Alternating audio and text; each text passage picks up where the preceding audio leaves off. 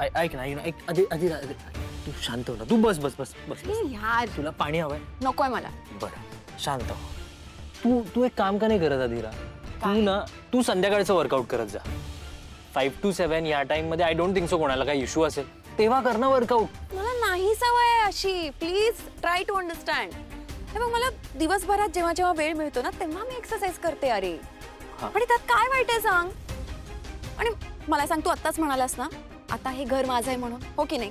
हो तुझं बरोबर. सो मग मला माझी स्पेस, माझा फ्रीडम मिळायला हवा की नाही? मिळायला पाहिजे ना. बरोबर आहे तुझं, अगदी बरोबर. बरोबर आहे ना. मग बोल ना तू आईंशी. तू तू बोल ना, तसं सांग ना. तू काहीच. आधीरा लिसन लिसन. काय? तू बाहेर कुठेतरी जिम लाव ना. अगं म्हणजे हा प्रश्नच मिटेल. अरे सिरियस रो? येस. रो तू मला ओळखत नाहीस का? मी कधी बाहेरच्या जिम मध्ये गेलेलं तू बघितलंस नाही ना? अरे बाहेरच्या जिम मध्ये त्याचे इन्स्ट्रुमेंट्स असतात ना, त्यांना 50 लोकांनी हात लावलेले असतात. एकदम अनहायजेनिक असतं ते. मला नाही जमणार यार. अगं हा अजून बेस्ट ऑप्शन आहे माझ्याकडे. काय? अधीरा तू डान्स क्लास का नाही लावत? म्हणजे तुझा वर्कआउटही होईल आणि तसंही माझ्या अधीराला डान्स आवडतो ना. माझ्या घरी ते डान्स टीचर येऊन डान्स शिकवायचे. तुझ्या घरी येऊन डान्स टीचर्स डान्स शिकवायचे? ऑफकोर्स. अच्छा कसं कसं कसं दाखव मला. इथे उभं राहा. हे असं असं असं असं असा डान्स शिकवायचं का? असा? रो. अरे सांग मला. आणि असा रो. असा डान्स शिकवायचा? असा डान्स शिकवायचे तुला? बरं आधी ऐक ना, तू एक काम कर, तू मलाच डान्सचे क्लासेस दे ना. हा कुठला डान्स फॉर्म आहे by the way? By the way हा रोहन डान्स फॉर्म आहे. ठीक. चल चल चल चल अजून डान्स करूयात आपण. रो नाही नको. मला ना नॉर्मलला यायला थोडा वेळ लागतो. Okay so please try to understand. Give me some time. Okay give me some time. Okay fine. Take your time. I appreciate. शांत.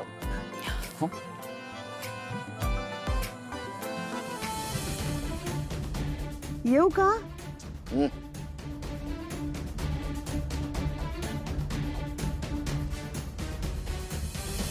तुम्हाला डिस्टर्ब केलं ना? काय काम होतं? ऍक्च्युली समर मला जरा स्वानंदी येतेच काय 1 मिनिट बाहेर काम आहे. नाही नाही तू नको. तू प्राणायाम कर, चांगला असतो तब्येतीला. Very good. स्वानंदी प्लीज येतेस का? मी जाऊ चालेल? येतेच. तुम्ही कपालभाती कंटिन्यू करा तेच आणि करतोय. श्वास हा खांद्यात न जाता पोटातच जाऊ द्या.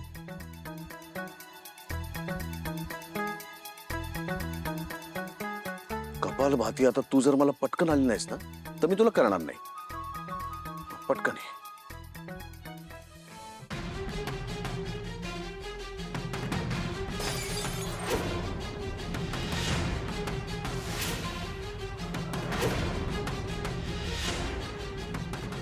मूर्ख.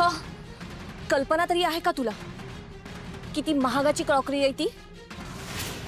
त्या किमती एवढा पगारही मिळत नसेल तुला. अगं तिला कशाला ओरडतेस? छान. आधी चुका करायच्या आणि मग हे असं रडत बसायचं. काम करताना डोळे झाकून घेतेस का? अगं तिला बोलू नकोस हा. तिची काहीच चूक नाहीये. स्वानंदी न बघता बाहेर आली. तिचा धक्का लागला आणि त्यामुळे पडलंय.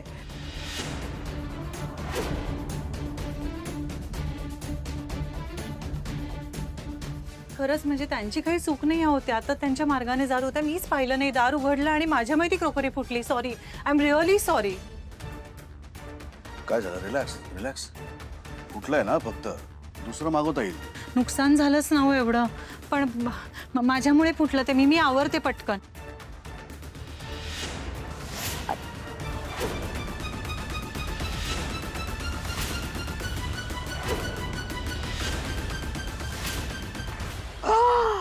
बापरे किती लागलंय? तुम्ही काय ही कामं सगळी स्वतः करायला जाता? स्टाफची कामं आहेत त्यांना करू देत ना. सॉरी. हल्ली काय चाललंय तेच कळेना झालंय. सारखं आपलं काही ना काहीतरी वाईट वाईट आणि विचित्र घडत असतं या घरात. काकू शांत हो.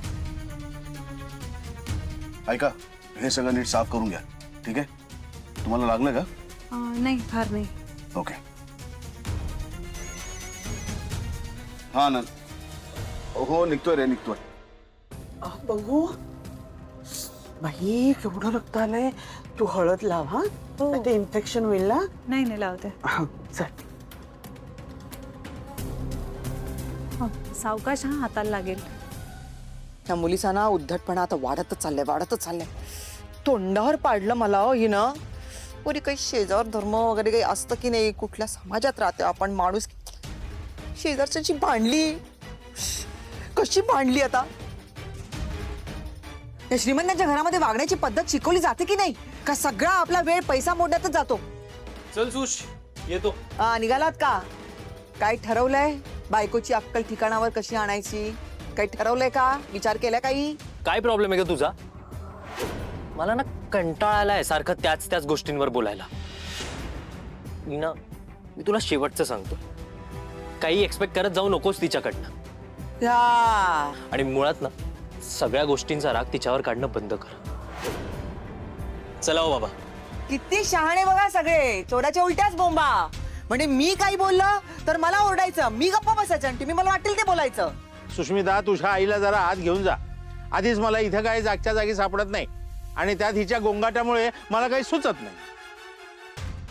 मम्मा चल. हे गप गा, मी जाऊ शकते. पायाला लागले म्हणून काय झालं?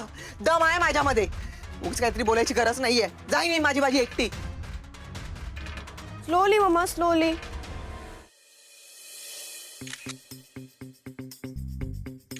आता हा फोटो आणि व्हिडिओ निकिताला पाठवतो. हे काय केलंस तू? नाही पाठवतो मस्त. नाही, ऐक, नाही अरे तिला कळू दे. आनंद, फोटो नाही. अरे आनंद नाही. तिला कळू दे. नाही. जो माझा मित्र आयुष्यात ज्याने व्यायाम नाही केला, कधी योग नाही केला, तो प्राणायाम वगैरे करतोय. क्या बात आहे. Sorry, Saint. तुझ्यासारखा मित्र कोणालाही मिळू नये. तुला मिळाला बरं ठीक आहे. पण काय प्राणायाम वगैरे अचानक कसं काय? सायनसचा त्रास मला होतोय म्हणून प्राणायाम शिकतोय, बाकी काही नाही. पण मला सांग, तुला हे प्राणायाम वगैरे शिकवतंय कोण नक्की? आहे एक जण. कोण एक जण? आपण म्हणजे कोण? म्हणजे तुझे केस कापणारा माणूस, ते तुझा account number, personal account number वगैरे हे सगळं मला माहिती. पण तुला प्राणायाम शिकवायला कोण येतं हे मला कसं नाही माहिती? आहेत एक जण. म्हणजे तुझं घरच्या घरी ट्रेनिंग सुरू आहे का? म्हणजे तुझ्या बेडरूम मध्येच कोणीतरी शिकवतंय का तुला प्राणायाम वगैरे? हो, स्वानंदी मॅडमने शिकवलं. बस खुश. क्या बात आहे, जमलंय. काय कुठनं कुठे चाललायस? तुला माहितीये मला कायमच नवीन गोष्टी शिकण्याची आवड आहे आणि मी शिकतच असतो कायम. त्या शिकवतायत म्हणून मी शिकतोय. हो. मुद्दा काय, माझा सायनस जाण्याशी, ते जाणं महत्वाचं, हो की नाही? आणि मला काय घरातनं कुठे बाहेर जावं लागत नाही, कुठल्या ट्रेनरला मला घरी बोलवावं लागत नाही. मी माझ्या वेळेनी, माझ्या सोयीनी, घरातल्या घरात शिकतोय. बस खुश. म्हणजे बघ, काही झालं तरी शेवटी लग्नाचा फायदा होतोय. हा, असा लग्नाचा फायदा. प्राणायाम शिकण्यासाठी जर कोणी लग्न करत असेल ना, तर ती जगातली सगळ्यात भयंकर गोष्ट आहे. नाही, आता भयंकर वाटतीये, पण पुढे बघ. काही का असे ना, सुरुवात प्राणायामापासून झाली हे महत्वाचं. नाही, प्राणायामाने कसं मन शांत होतं, विचार शुद्ध होतात, शरीर मजबूत होतं, लवचिक होतं. उभा राहा. उभा राहा. Get out. चालतो आणि परत तुझं तोंड दाखवू नकोस मला. आउट. प्राणायामाने रागावर कंट्रोल पण मिळतो बरं का.